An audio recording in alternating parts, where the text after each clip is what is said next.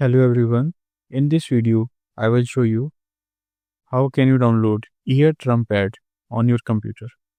So for downloading that, press on Window key and then open Microsoft Store. And here on the Microsoft Store, on the search bar, search here EarTrumpet. So here you can see EarTrumpet. Now click on it and just wait. So here you can see it is showing. So now click on it. Now click on Get to download this. And now just wait. It will take a few seconds according to your internet speed to download. So here you can see it is downloading and installing. So now click on Open to launch.